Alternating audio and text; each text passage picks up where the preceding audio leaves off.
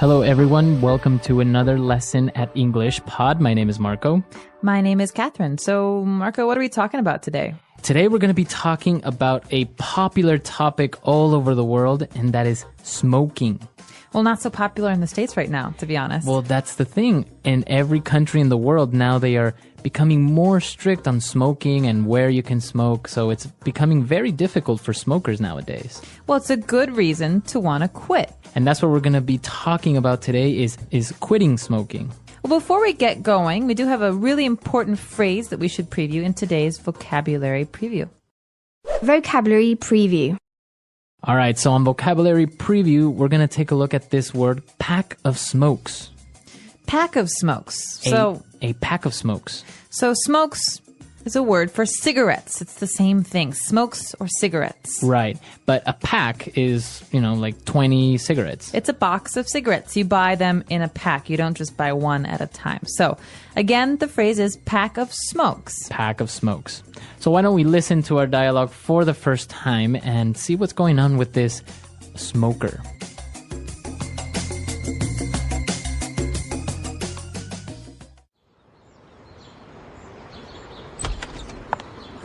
It smells like an ashtray in here. Hi, honey. What's wrong? Why do you have that look on your face? What's wrong? I thought we agreed you were going to quit smoking. No. I said I was going to cut down, which is very different. You can't just expect me to go cold turkey overnight. Look, there are other ways to quit. You can try the nicotine patch or nicotine chewing gum. We spend a fortune on cigarettes every month. And now laws are cracking down and not allowing smoking in any public place.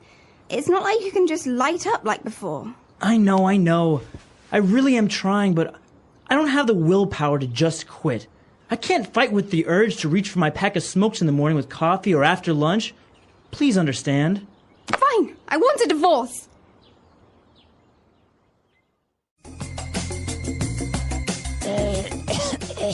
Sorry, I just smoked a pack of cigarettes. You do smoke, don't you? Well, we'll talk about that later. All right, so it is a little bit extreme, though. I mean, he's divorcing her because she won't quit. Well, some people really are health conscious and are afraid of the negative side of smoking, which has a lot of health side effects. Yeah. Well, as he was complaining about all the negative effects and the negative aspects of smoking, he did mention, both of them mentioned a lot of great words and phrases, so why don't we take a look at them now in Language Takeaway? Language takeaway. Well, this first word is a word that's very important for any smoker who goes to a bar or a restaurant and needs to put the ash somewhere, right? So when you smoke, there's some ash, there's some messy, dirty stuff, and you need an ashtray to collect it. An ashtray. So an ashtray is something that's usually round or square, and you put it on a table, and it's just very helpful to keep the house clean or a restaurant clean. So if you're in a restaurant, you say, hey, can I have an ashtray, please? Mm-hmm. So the residue or the stuff that when you're smoking, it comes out the gray, like dust. It's called ash. Right. And this is a tray. But the complaint here is, it smells like an ashtray in here. That means it smells really, really bad in here. Yeah, it smells like cigarettes. Yeah, so that word again is ashtray. Ashtray, all right.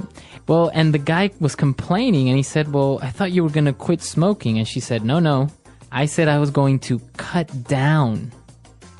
She says it's very different from quitting smoking. So, Marco, maybe we should talk about how cutting down and quitting are different. All right. So if I say I'm going to cut down on smoking, it's just I'm going to smoke less. Okay, so let's take an example. I smoke 10 cigarettes a day, but I want to cut down. How many should I smoke later? Maybe like 2 or 3. 2 or 3? Instead of quitting, so if you quit smoking, that would mean 0. 0 cigarettes. Mm-hmm. No smoking anymore. Right. All right. So you can also cut down on carbs, like carbohydrates. So some people who cut down on carbs eat less bread. They don't eat any pasta. So these are really good ways of trying to talk about dieting as well as smoking. Right. And I think we have a couple of examples of other ways we can use this phrase cut down. So let's listen to them now. Example 1.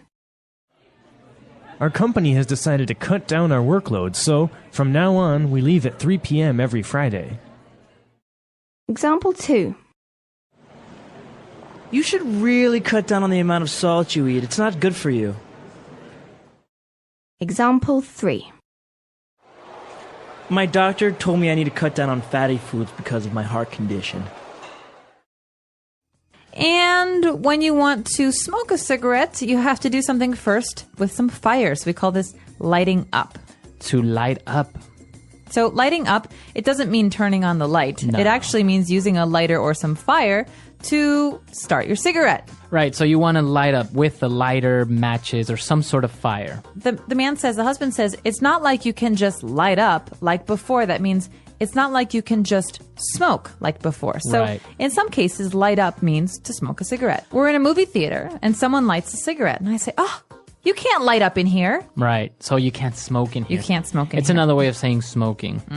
Very good. And she was explaining, how difficult it is, and she's trying to quit, but she said, I don't have the willpower to just quit. Ooh, willpower. So this is an important word. Willpower. Willpower. You think of the main part of this word is will. That means the desire to do something. You want to do something. So if I have willpower, I have strong willpower, what am I saying? You're saying that you can make a decision and you can follow your decision. So I decide not to eat cake. I have very strong willpower, so I never eat cake. Mm-hmm. If I don't have strong willpower, maybe I sometimes cake. secretly eat cake in the middle of the night from my refrigerator. So that happens, right? Sometimes you don't have strong enough willpower, so you kind of eat a little bit of cake. Yeah, when so- nobody's watching. Exactly. And you can have willpower about lots of different things. So this is a great word, again, to use when you're talking about dieting or smoking or drinking. Any type of maybe temptation. Exactly. All right. And well, she said she had this urge to reach for her pack of smokes. Ooh, urge is another good one. And it's very similar to willpower, but an urge is kind of like a physical feeling that makes you want to do something. So you have like this strong desire. So I have the urge to go swimming today. I don't know why, but I really want to. All right. You have an urge. Interesting word. Pregnant women often have these kinds of things too. I have the urge to do something. We also call them cravings. Oh, cravings or urge to do something. All right, interesting. So we've taken a look at these 5 great words, and I think we should listen to our dialogue again. We're going to slow it down just a little bit, and then we'll come back and talk some more.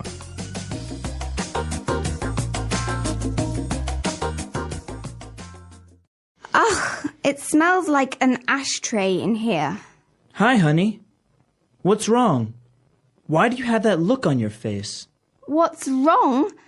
I thought we agreed that you were going to quit smoking.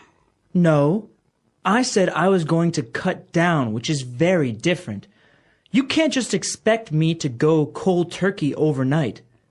Look, there are other ways to quit. You can try the nicotine patch or nicotine chewing gum. We spend a fortune on cigarettes every month, and now laws are cracking down and not allowing smoking in any public place. It's not like you can just light up like before. I know. I really am trying, but I don't have the willpower to just quit. I can't fight with the urge to reach for my pack of smokes in the morning with coffee or after lunch. Please understand. Fine, I want a divorce.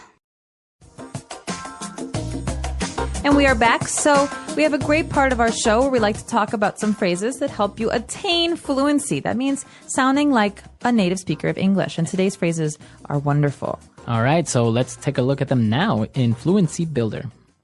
Fluency Builder. So on Fluency Builder today, let's take a look at 2 different phrases, and let's start with the first one. She mentioned something about going cold turkey overnight. What is that phrase, cold turkey? Now, this is a very strange phrase, okay? So, first of all, why would a turkey be cold? They have lots of feathers. And second of all, what does it have to do with cigarettes? Right, so if I say I'm going cold turkey, what is that? So just take this as a phrase. Don't think about the actual words because they won't make sense in this context. What we're talking about is quitting smoking entirely. You're not going to cut down. It means today I'm not going to smoke at all, and I'm never going to smoke again. That means never ever will I smoke another cigarette. So it's cold turkey. So if I go cold turkey, it means I stop doing something immediately and suddenly and forever. Entirely. All right. So you can use this phrase for different habits, different things that you do, like drinking, for example, or cutting down on sugar. But generally, we just say this about cigarettes. So it's mostly related to smoking. Yeah, so Going cold turkey. some people like to smoke less, like 1 cigarette a day or 1 cigarette a week. But going cold turkey is supposed to be the hardest. Right. Okay. Going cold turkey. All right. And well, he was explaining the different negative aspects of smoking. He said, well, they spend a fortune on cigarettes every month. And he said, laws are cracking down. So if the laws are cracking down, what is he trying to say there? Well, this is actually a very interesting point because in America right now, it's very hard to smoke in public places. So this means that the government is trying to stop people from smoking. So they say, no more smoking in public places, no more smoking in restaurants, no more smoking in bars. And so this means they're cracking down. They're making it harder to do something. So they are becoming more strict. I think for this phrase, we should listen to a couple of more examples just to make sure we understand it. Example 1. The police are cracking down on drunk driving in our city. Example 2. Our school has really started to crack down on tardiness. Example 3. The president has passed a law that will crack down on possession of illegal substances. All right, so the government is cracking down. Laws are cracking down. Yeah, exactly. So this is an important one because you read this in the newspapers as well about certain laws and police action. All right, great. So I think it's time for us to listen to this dialogue for one last time, and then we'll come back and talk a little bit more about this vice.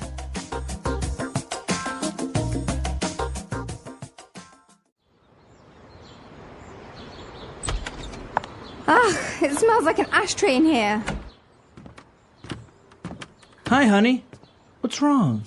Why do you have that look on your face? What's wrong? I thought we agreed you were going to quit smoking. No. I said I was going to cut down, which is very different. You can't just expect me to go cold turkey overnight. Look, there are other ways to quit. You can try the nicotine patch or nicotine chewing gum. We spend a fortune on cigarettes every month, and now laws are cracking down and not allowing smoking in any public place. It's not like you can just light up like before. I know. I really am trying, but I don't have the willpower to just quit. I can't fight with the urge to reach for my pack of smokes in the morning with coffee or after lunch. Please understand. Fine, I want a divorce.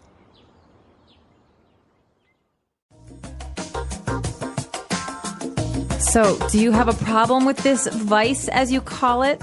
Are you a smoker? I'm really not. I'm the type of person that could maybe smoke socially, like if we go out to a bar with drinks, a social smoker like they call it, right? Yeah, I'm jealous. But not really. You're a habitual smoker, right? Right. Well, I'm trying to cut down. So as a habitual smoker, I often smoked every day.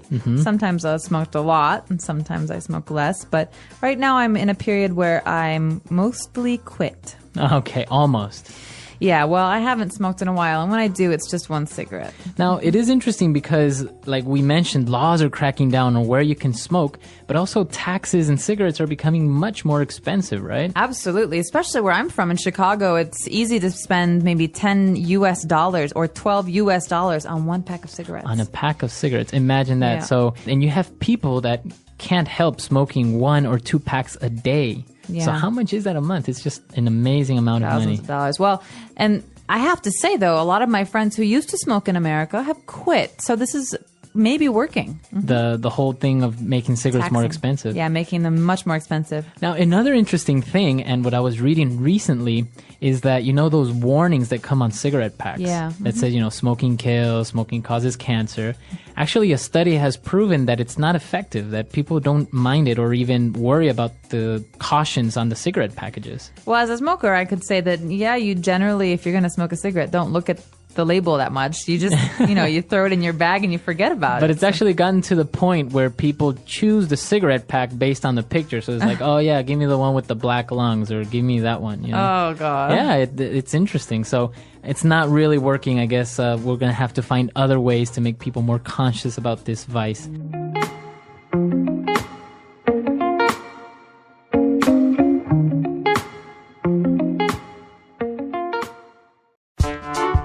The English Pod Audio Review.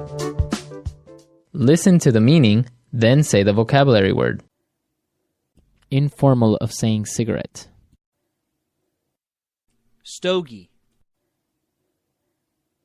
A receptacle for tobacco ashes and cigarettes and cigars. Ashtray.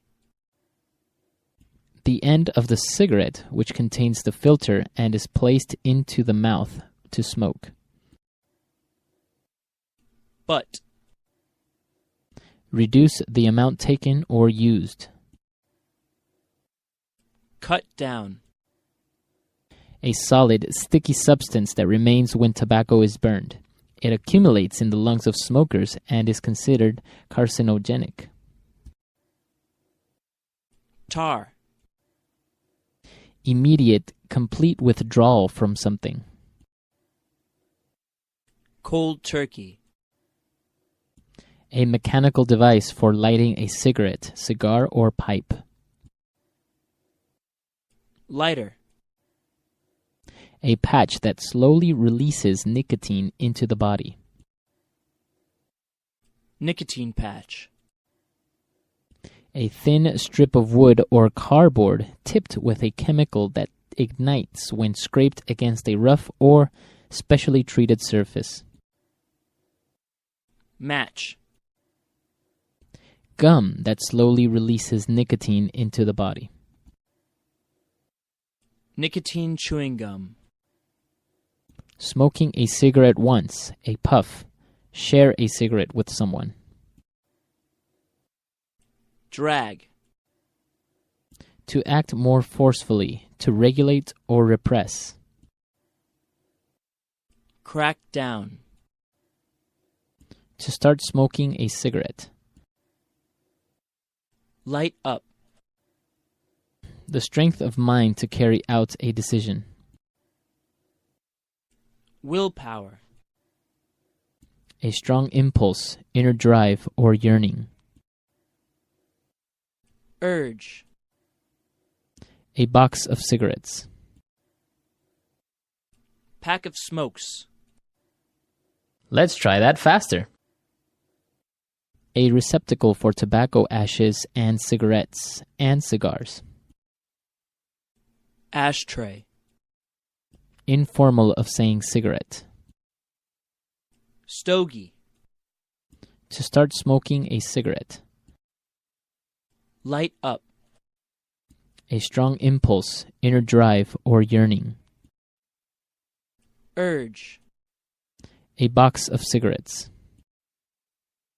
Pack of smokes. A solid, sticky substance that remains when tobacco is burned. It accumulates in the lungs of smokers and is considered carcinogenic. Tar.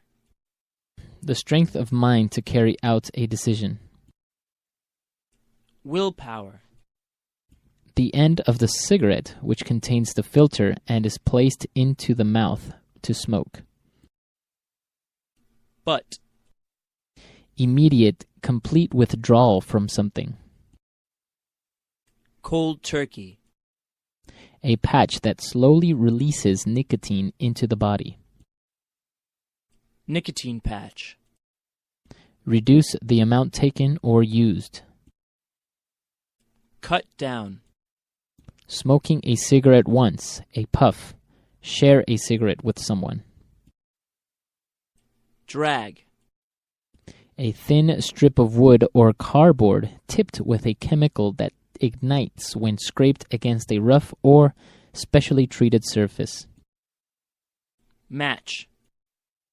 A mechanical device for lighting a cigarette, cigar, or pipe. Lighter. To act more forcefully, to regulate or repress. Crack down. Gum that slowly releases nicotine into the body. Nicotine chewing gum. Now say the word and hear it in a sentence. Crack down. The police is cracking down on drunk driving in our city.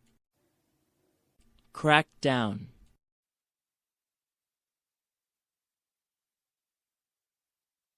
The president has passed a law that will crack down on possession of illegal substances. Crack down. Our school has really started to crack down on tardiness. Cut down.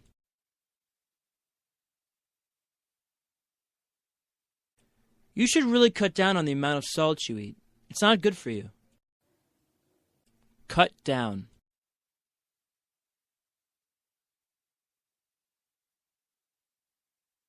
Our company has decided to cut down our workload, so from now on we leave at 3 p.m. every Friday. Cut down.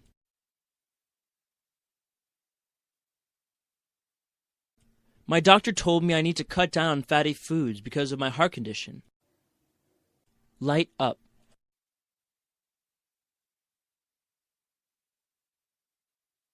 Honey, you can't light up here. We are in a non-smoking area. Light up.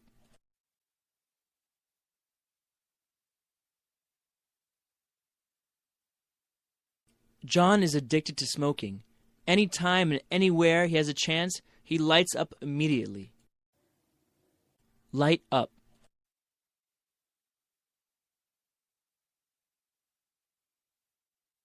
The government is making it more difficult to light up with all these anti-smoking laws. Willpower.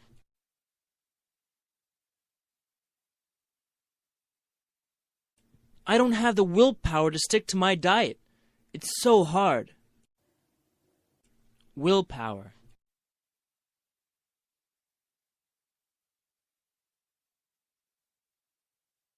Kathy is a workaholic. She needs to gather more willpower and refuse to work extra hours. Willpower.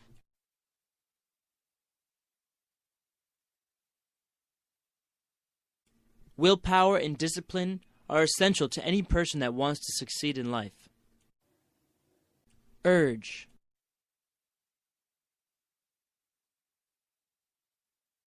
I was so angry at him that I felt a sudden urge to hit him. Urge.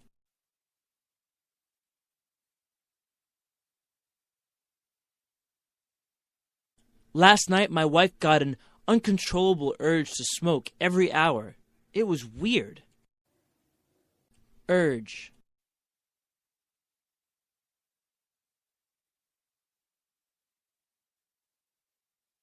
When Carol was pregnant, she once had an urge to eat a bacon and tuna sandwich. It was disgusting. Hello and welcome, English learners. Today, I want to tell you a story that feels real because it is made of small moments. It is about cigarettes, about quitting, and about the quiet room inside a person where a decision lives. The language will stay simple because real change often speaks in simple words. I started smoking behind the grocery store when I was 16. The wall there was warm from the afternoon sun, and the ground was covered with dry leaves and old receipts. My friend Daniel had a pack. He tapped it on his palm like he had seen in a movie, slid one out, and held it to me as if it were a secret tool. I said I did not want it. Then I took it anyway. The paper felt thin. The filter felt like a small cork. I lit it and tried to breathe in the way Daniel showed me. It made me cough hard, but I laughed at the same time, pretending I enjoyed it. The smoke tasted like a burned pencil. Later that night, I still felt the taste on my tongue. It did not feel good, but it felt like a door had opened, and I could walk through it anytime I wanted. My father smoked when he was young. He told me stories about long bus rides with the windows open and a pack in his shirt pocket. He stopped when my mother got sick one winter with a bad cough. He threw away his lighter and all his ashtrays. He said it was simple. He never touched a cigarette again. I did not believe it was simple, but I liked that he said so. When I began to smoke, I hid it from him. I kept mints in my backpack and washed my hands with strong soap. Still, the smell found a way to follow me home. Smoke likes to hold on to hair, to jackets, to the inside of a car. Smoke likes to say, I was here. At first, I smoked only with friends. We would sit on the steps of the library after school and pass the lighter back and forth. When the sky turned pink, smoke looked soft in the air. We talked about bands, teachers, and who liked who. I told myself I was not a smoker. I only smoked sometimes.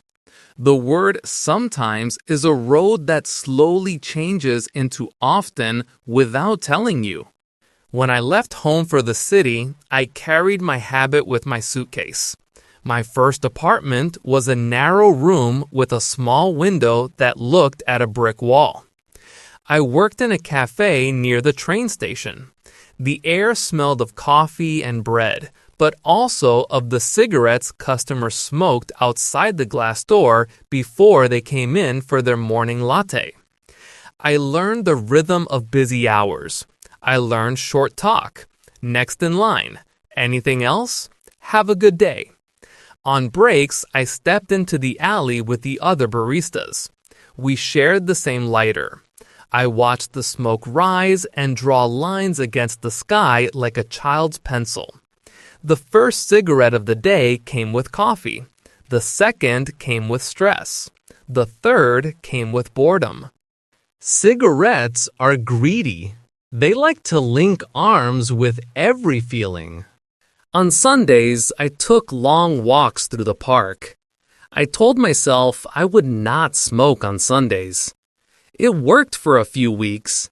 Then one windy afternoon, I found a half pack in my coat, and I said, just one. I lit it and sat on a bench under a big tree without leaves. The wind pushed the smoke away from me and then brought it back again, as if it was teasing me. I remember thinking, this feels like a friend who is bad for me but knows all my stories. I felt strange even as I smiled. I met Leah at the cafe. She drank tea with honey and read old novels. She had a laugh that sounded like a bell. We talked about books, and later we walked by the river at night and watched the water move under the lights. When she learned I smoked, she made a small face. She did not like the smell. She said it made her head hurt. I brushed my teeth before I saw her. I chewed gum. I took a shower after a shift. Still, smoke knows how to hide in clothes and wait. Sometimes Leah would hug me, then step back and say, "You were smoking, right?" She did not say it with anger. She said it with quiet worry, like a question she had to ask. One winter, we traveled to her parents' town. Her father smoked a pipe in the garage. The smoke from a pipe is different. It smells sweet and heavy, like old wood and dark fruit. He told stories about when he was young and how the town used to have a small movie theater with red seats.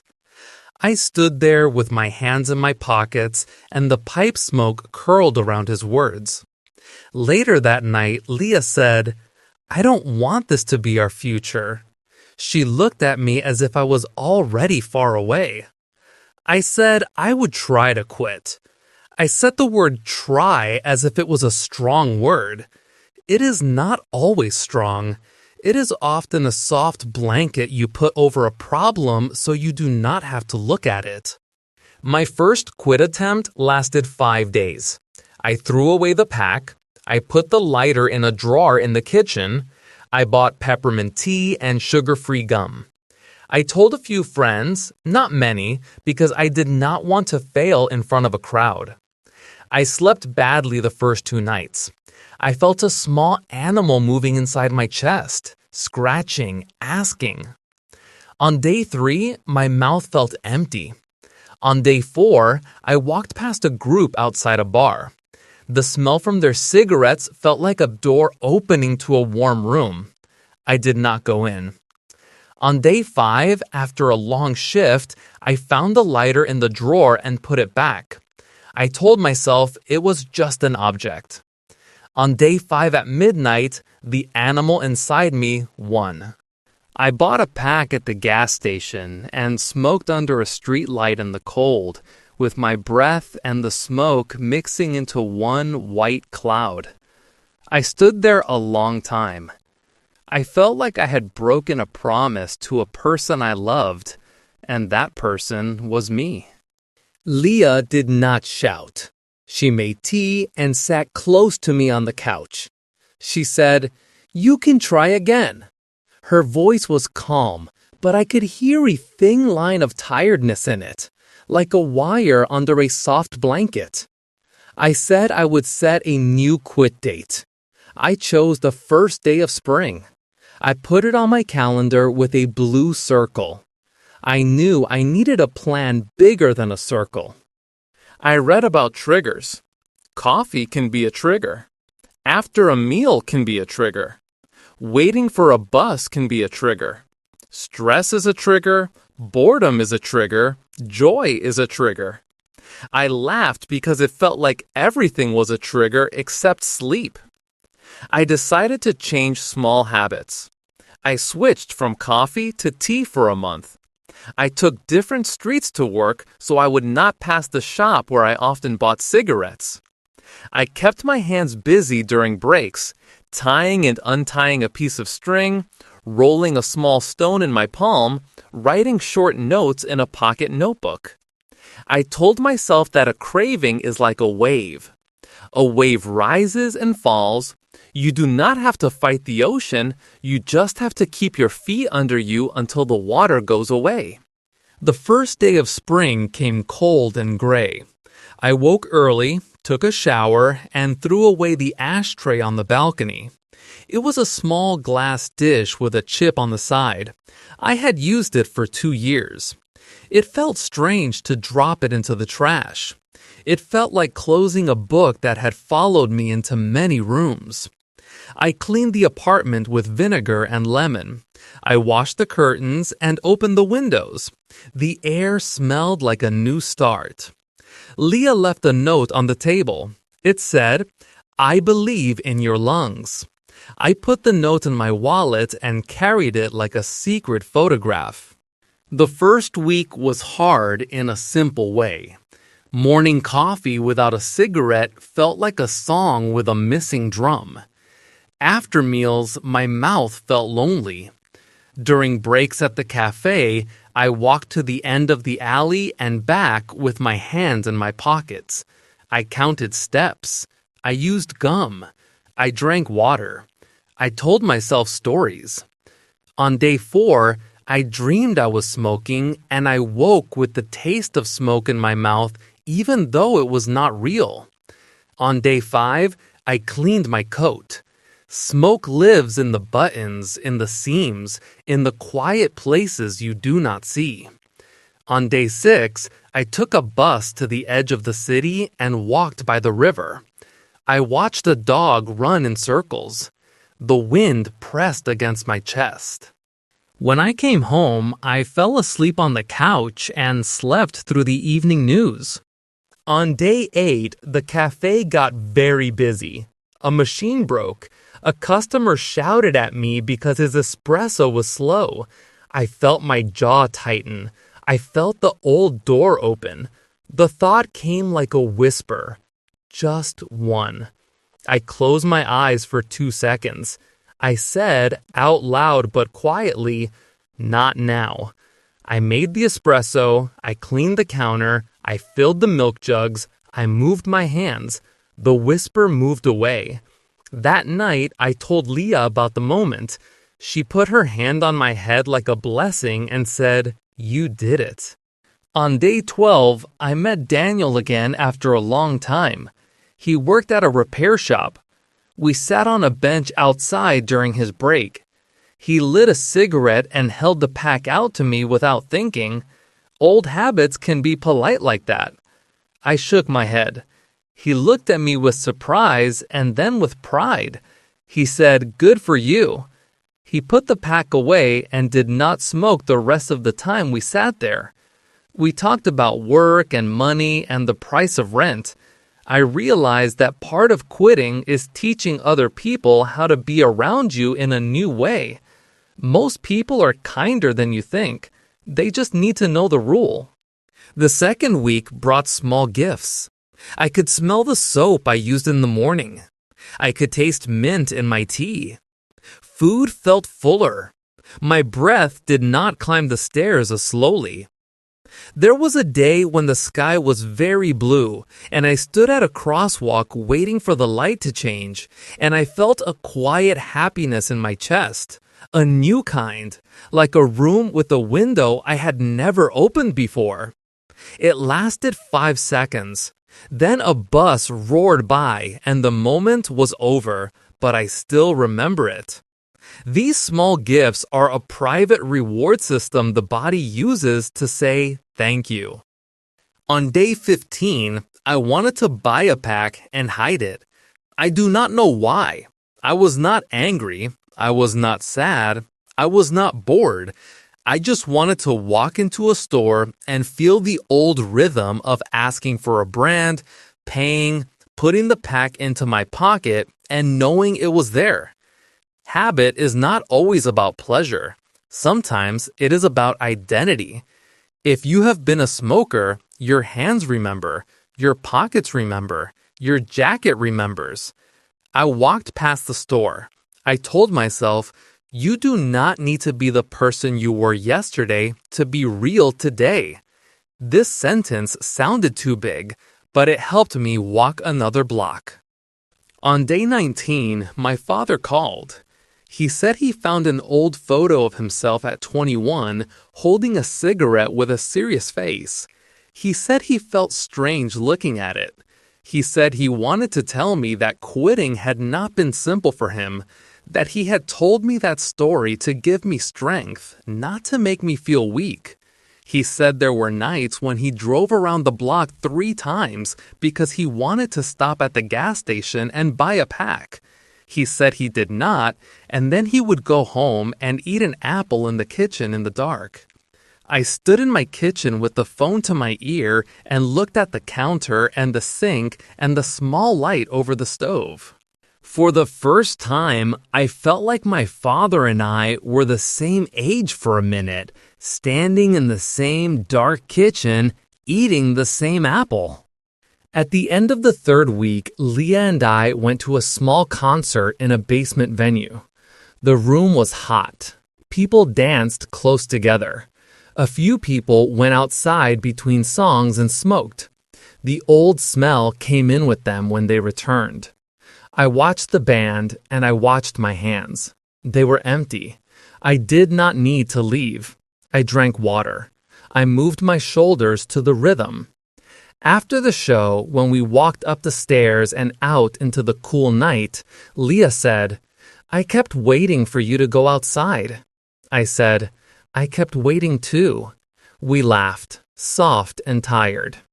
I began to put money into a jar on my desk.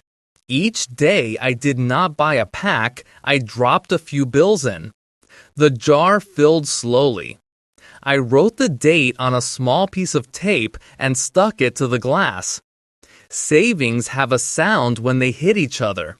It is a small sound, a promise sound. I wanted to use the money for something that felt clean. I decided to buy train tickets to see the ocean at the end of 2 months. I had not seen the ocean in years. One rainy morning in the 4th week, I saw a woman on the bus who smelled like smoke and perfume. She had beautiful hands. She held her cigarette pack like a small book. I felt a sudden, sharp wish. It surprised me. It felt like a storm that blows in even when the forecast says clear. I looked out the window and counted traffic lights until the bus reached my stop. I got off and stood under an awning and let the rain smell wash over me for a minute. The wish left. I went to work. Not every craving has meaning. Some are just weather. Leah and I began to cook more at home. I learned to chop onions without crying too much. We made soups and stews and simple pasta dishes. We ate at the small table near the window. I told her about my day. She told me about hers. Sometimes I talked about cigarettes. Sometimes I didn't. Quitting had been the center of my life for weeks, but I did not want it to be the only thing I was. I wanted to be a person who also read books, who fixed the loose screw in the chair, who called his mother, who remembered to water the plants in the corner. Smoking had been a shortcut to a feeling. Now I tried to build the feeling instead of buying it in a box. On day 30, I woke before sunrise. The city was quiet, a rare kind of quiet, like a room after a party. I made tea and sat by the window. I felt the light touch the wall. I went for a run. I am not a runner, but I ran slowly past closed shops and the park gate. My breath burned in my throat for the first few minutes. Then it found a rhythm. When I came back, Leah was still asleep. I stood in the bathroom and looked at my face. It looked the same, but my eyes were less dull. I don't know if it was real or if it was only my joy reflecting back. But joy is real too. It can live in a mirror for a second and still be true. 2 days later, I failed. It happened fast. The cafe manager told us there would be layoffs. My stomach dropped. I walked outside. A man I knew from the bakery next door was on the curb. He held out a cigarette and said, "Want one? Bad day." I took it. I lit it. I breathed in. The smoke went down like an old song I knew by heart. I finished it and threw it into the gutter and crushed it. I felt many things at once: relief, anger, shame, and then a clear thought. I do not want to go back. I told Leah that night. She did not make a speech. She said, "You can start again tomorrow." I did. I marked the calendar with a small dot, not a full circle. I was learning that a quit line is not always a straight line. It is a road with turns. I decided to keep the jar. I did not count the cigarette as the end of my path. I counted it as a bump I drove over but did not let break the wheels. A week later, I met an older neighbor in the laundry room. His name was Mr. Garcia. He wore a cap with a baseball team I did not know. He told me he had smoked for 30 years and had been smoke-free for 10. He said his trick was to talk to his future self. He would say, "Hey, old man, you want to walk to the park with your grandson without sitting down every 10 minutes?" Then he would laugh and eat a piece of dried mango. He brought me a small bag the next day. It tasted like sunshine. I put a few pieces in my pocket and carried them like a plan. As the second month began, the cravings changed shape. They came less often, but when they came, they were quiet and clever. They did not shout. They spoke softly and said, "You are strong now. One cannot hurt you." I answered, "I do not need one to prove I am strong." I turned the idea around in my mouth like a coin. I tried to resist, not with anger, but with a kind of respect for my past self who did not know any better. I also cleaned my old messages. In my phone, there were numbers for people I only knew from smoke breaks. A guy from a warehouse, a woman from a bank who stood outside at lunch. I did not want to lose them as people, but I knew that if I met them, we would stand in the same spot and smoke because that is what we had together. I sent a message to each, trying to quit. If we meet, let's get coffee instead. 2 wrote back with a thumbs up. 1 said, "I should quit too." The 4th did not answer. Life moves in and out like breath. Some people stay, some people drift. It is all right. The train to the ocean finally arrived on a Saturday, bright with cold light. Leah and I sat by the window and watched fields go by, then houses, then a long strip of road, and then the broad silver of the sea. The air at the beach was fresh, like metal and salt and new paper. We walked along the waterline. For a moment, I thought of a cigarette on a bench with this view. Then I thought of my lungs filling with the sea air instead, and the second idea won without a fight. We ate fish with lemon in a small restaurant with glass walls. I put a few coins from the jar on the table and said, "From the old habit to the new one." Leah smiled and touched my hand. At night, back home, I dreamed again that I was smoking. In the dream, I was happy.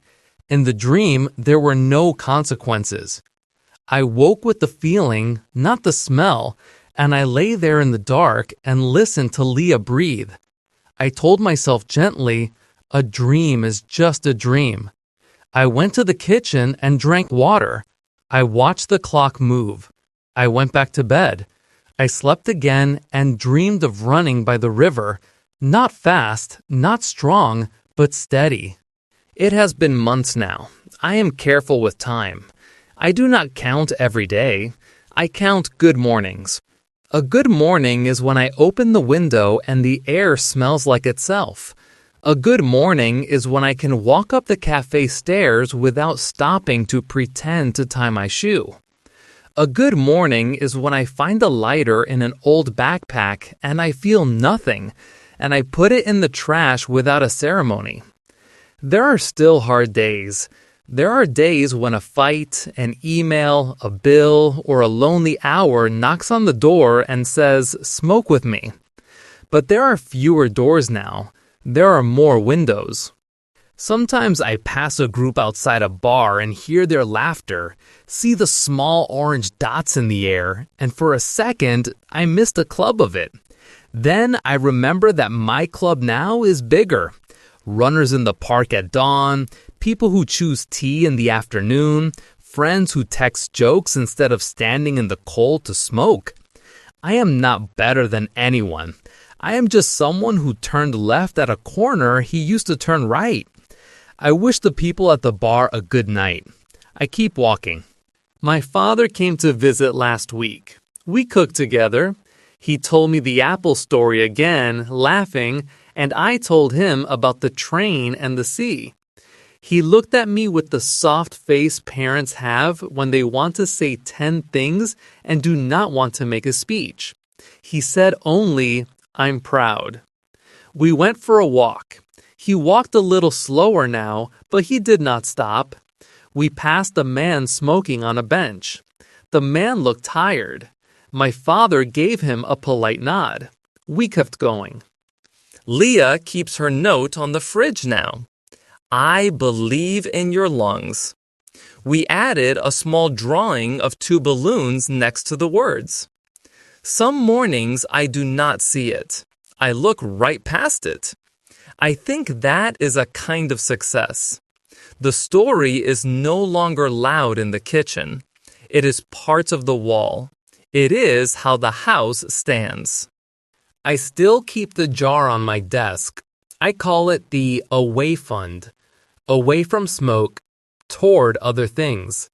The money is not much, but it tells a story better than numbers in an app. It says, I made a choice, and then another, and then another. It says, I bought air I can use later. The next trip will be to the mountains. I want to see trees taller than my worries. If you ask me how I quit, I will not say it was simple. I will say it was simple and not simple at the same time. The actions were small. Throw away the ashtray, wash the curtains, drink tea, walk during breaks, count lights on a bus, eat dried mango, save coins, call your father, hold your partner's hand, say not now, and say it again and say it again. But the meaning behind the actions was big. I had to change the story I told about who I was. I had to be kind to myself on the days I failed, and strong with myself on the days I wanted to pretend failure was the end. I had to learn that a craving is a wave, not a command. There are still moments when I think of cigarettes. I do not hate those moments. They remind me of who I was, and they remind me that I can choose. Some evenings I stand at the window and watch the city breathe. The lights come on, then go off one by one. Somewhere, someone is lighting a cigarette right now. Somewhere, someone is throwing a pack into a bin. Somewhere, someone is making tea and feeling the wind through a clean curtain. All of those someones could be me. For tonight, I am the last one. I am the person standing in the kitchen, turning off the tiny light above the stove and walking towards sleep with lungs that belong only to the air.